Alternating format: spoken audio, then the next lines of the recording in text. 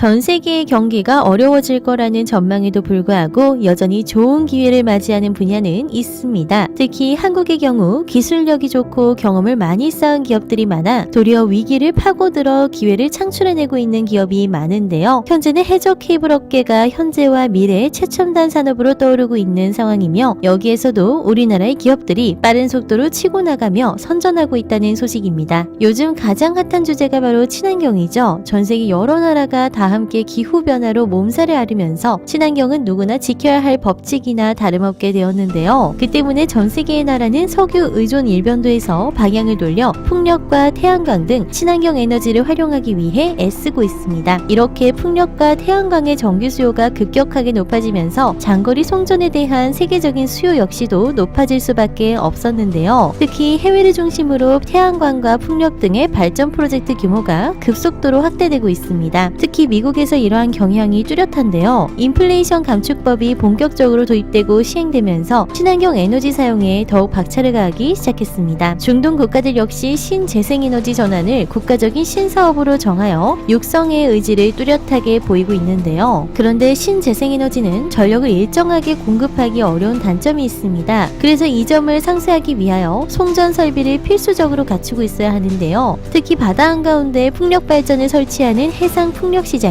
현재 급속도로 성장 중이죠. 이 해상 풍력 발전은 해저 케이블이 아주 중요하여 그 수요가 무척 높습니다. 이렇게 신재생에너지를 안정적으로 수송할 수 있는 전력 케이블 공사는 기술력과 경험이 모두 많은 기업들이 확연하게 유리한 위치에 있습니다. 한국의 기업들은 양쪽 모두에서 상당히 높은 평가를 받고 있기 때문에 이러한 상황이 호재로 작용하게 된 것인데요. 특히 국내 전선업계에서도 LS전선과 대한전선이 두각을 드러내고 있어 화제입니다. LS전선과 대한전선 두 기업 모두 해외 수주를 급격하게 늘리고 있습니다. LS전선은 국내 전선업계 중 1위를 달리고 있는 기업이죠. LS전선은 12월 9일 대만 하이룽 해상풍력단지에 1억 5천만 유로, 한국 돈으로 약 2,092억 원에 달하는 규모의 해저 케이블 공급 계약을 따냈습니다. 대만 해상풍력단지 1차 사업은 여태까지 계속해서 발주되었는데 그 규모가 무려 8천억 원에 이릅니다. 그런데 LS전선은 그것을 모두 따내 수주하게 되었는데요. 하이룽 해상풍력단지는 대만에서 가장 큰 규모의 해상풍력단지 중 하나입니다. 개발사는 캐나다 노스랜드 파워와 싱가포르의 위산에너지가 함께 참여하는 글로벌한 프로젝트인데요. 2026년 완공 예정이고 원전 1기에 해당하는 1기가와트의 전력을 생산하도록 개발될 계획입니다. 대만뿐이 아닙니다. LS전선은 최근 영국에서도 큰 계약을 하나 따냈는데요. 영국 북해 보에라스 풍력단지입니다. 약 2,400억 원 규모의 초고압 직류송전 케이블을 공급하게 되었는데 이 금액은 유럽에서 LS전선이 수주한 것 중 최대 금액입니다. 이들 계약을 전부 포함한다면 LS전선이 미국, 캐나다, 유럽, 아시아 등 전 세계 전역에서 따낸 수주 금액의 규모는 무려 1조 2천억 원에 이를 정도입니다. 대한전선은 LS전선의 뒤를 잇는 업계 2위 기업입니다. 사실 대한전선은 최근 기술적으로 상당히 성과를 거두었는데요. 500kV 전류형 초고압 직류송전 육상 케이블 시스템을 개발하여 국제 공인 인증을 획득했는데 국내 최초이자 일본에 이어 세계 두 번째 쾌거입니다. 캐마 국제 공인 인증을 획득한 이 케이블은 별도의 추가 테스트를 받지 않아도 수출 및 상용화가 가능할 정도로 권위 있고 공신력 있는 인증입니다. 특히 초고압 직류 송전은 전력 손실이 적고 송전 거리에 제약도 없어서 장거리로 대규모의 전기를 송전해야 하는 상황에서 가장 핵심적인 기술로 손꼽히기도 합니다. 당연히 국가 간 전력망 연계 같은 거대한 프로젝트에 있어서는 필수 중의 필수인 기술인데요. 태양광이나 풍력, 연료 전지 등 신재생에너지원은 직류를 기반으로 하기 때문에 이 기술의 전 세계적 수요는 폭발적으로 급증하고 있습니다. 특히 이 케이블의 글로벌 시장 규모는 2020년 70조 원에 이르렀지만 2030년에는 2배가 넘는 159조 원으로 폭발적인 성장을 할 것으로 예측되고 있는데요. 대한전선의 기술은 절연과 내열 성능이 매우 우수하고 내구성도 높아서 유럽이나 미국, 캐나다 등 선진국에서 그 수요가 매우 높습니다. 대한전선은 이러한 기술을 바탕으로 해외에서 계약을 따내고 있습니다. 올해 북미에서 따낸 수주액만 누적 3억 달러를 달성했다는 소식인데요. 작년 연간 수주액이 약 2억 4천만 달러였던 것을 생각하면 상당한 성장입니다. 올해는 11월에 약 2,400만 달러 규모의 프로젝트를 추가로 수주했는데 캘리포니아주 동쪽 사막에 위치하게 되는 대규모 태양광 발전소 관련 수주입니다. 전력망 구축을 위해 초고압 전력선 프로젝트 프로젝트인데 해저와 다른 점은 땅 아래에 묻힌다는 것뿐입니다. 동부 해안의 대형 해상풍력 발전단지와 전력계통 연결 사업 역시도 대한전선의 품에 떨어졌는데요. 이 두 프로젝트만 해도 올해만 신재생에너지 관련으로 약 8천만 달러가량이 됩니다. 또한 대한전선은 지난해 6월 대한전선은 카타르의 국영 수전력청과 계약을 하기도 했습니다. 담수 복합발전소 퍼실리티 2의 송전 시스템 확충을 위해서 초고압 케이블과 관련 제품들을 납품하고 공사도 하기로 한 계약이었습니다. 대한전선은 특히 선진국 시장에서 초고압, 중저압, 가공선 등 다양한 전력망 사업 실적에 강세를 보여왔기 때문에 신재생에너지 관련 인프라 사업에서도 수주가 유리한 위치로 평가되고 있습니다. 이렇게 친환경 신재생에너지가 전 세계적인 관심사로 떠오르면서 동시에 한국의 전선 기업들에게도 호재로 작용하고 있는 상황입니다. 이 상황에서 국내 업계 1, 2위인 기업들은 당연히 기술 개발과 생산 능력 확대에도 적극적으로 나서고 있는데요. LS전선의 경우 워낙 해외 수주가 많이 이루어지기 때문에 생산 능력 확대가 필수적인 상황입니다. 그래서 2025년까지 172m에 이르는 초고층의 케이블 생산 타워를 설립할 예정입니다. 현재 건설 중인데 위치는 강원도 동해시 사업장입니다. 신규 공장 역시 건설하고 있는데 2023년에 완공될 예정이며 이 공장 완공 시에는 해저 케이블 생산 능력이 1.5배 이상 증가할 예정이라서 더욱이나 관심이 쏠리고 있습니다. 해저 케이블의 수요는 폭증하고 있고 수주를 받아도 생산 능력이 따라가지 못하는 상황이라서 더욱이나 이 공장 완성이 기다려지고 있는데요. 대한전선은 놀랍게도 한국이 아닌 사우디아라비아의 초고압 케이블 공장을 건설할 계획이라고 합니다. 11월 대한전선과 사우디 투자부는 초고압 케이블 공장 건립 투자 협약을 체결했음을 알렸는데요. 사우디아라비아의 수도 리야드에 위치한 첨단 산업단지 안에 공장을 건설할 계획입니다. 약 51% 지분을 보유하는 조건으로 약 8천만 달러를 투자한다고 하는데요. 사우디아라비아에 위치한 공장을 통해 유럽과 아프리카로 진출하기 더 쉽기 때문이라고 합니다. 그 정도로 해외 수주 물량이 많고 해외 진출을 적극적으로 노리겠다는 뜻이라고 볼 수 있겠습니다. 이외에 충남 단진시에도 해저 케이블 공장 건설을 계획하고 있으며 약 1,000억 원에 이르는 투자금을 넣을 것으로 알려져 있는데요. 대한전선은 해상풍력 단지에 대한 수주를 더욱 철저히 준비하겠다는 방침입니다. 내부망과 외부망 케이블 생산이 가능하도록 설비를 구축하고 생산 제품군도 확대하기 위해 준비 중인데요. 전 세계의 경기가 불황을 예고하고 있고 특히 석유나 가스 등의 에너지 업계는 러시아 우크라이나 전쟁으로 몸살을 앓고 있습니다. 하지만 이제 거스를 수 없는 대세로 등장한 풍력, 태양광 등의 신재생에너지를 통해 새로이 개척되는 시장이 있는 것인데요. 바로 이런 시장에 필요한 설비와 기술력을 그동안 꾸준히 길러오며 경험치를 쌓은 대가를 받고 있다고 볼 수 있습니다. 게다가 앞으로는 사우디아라비아의 차세대 도시, 거대한 프로젝트인 네옴시티 역시도 다가오고 있는데요. 미래에는 친환경 신재생에너지가 가장 중요한 미래 먹거리가 될 것이기에 이에 필수적인 케이블 산업 역시도 결코 축소될 수 없을 전망입니다. 앞으로도 한국의 전선 기업들이 계속하여 기술을 발전시켜 업계를 선도하기를 바라면서 오늘 준비한 소식은 여기까지입니다. 감사합니다.